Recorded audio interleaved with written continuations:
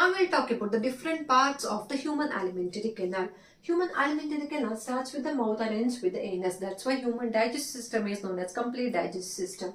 Mouth leads to oral cavity where we have different types of teeth and tongue. Oral cavity or the buccal cavity leads to pharynx, and pharynx is a region into which esophagus and trachea open. The opening of the trachea is known as glottis, and into which it has a flap-like structure known as epiglottis. So this epiglottis will close during swallowing, thereby it prevents the entry of food into trachea during swallowing.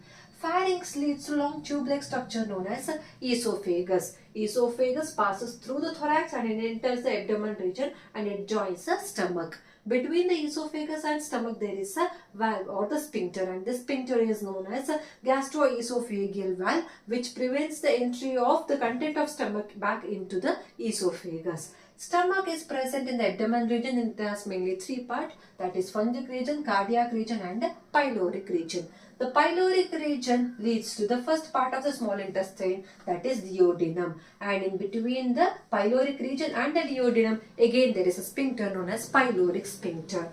The duodenum is a part of the intestine. So intestine also has mainly three parts, that is duodenum, jejunum and ileum. So this U-shaped part is the anterior part of the small intestine known as duodenum.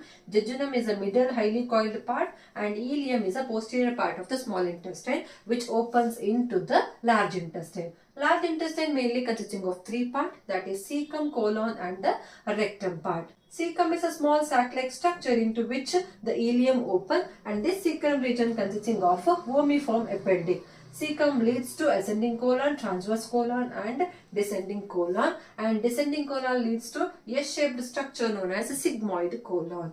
Sigmoid colon leads to rectum where the feces is temporarily stored, and rectum leads to anus through which defecation takes place. So that is about the different parts of the alimentary canal.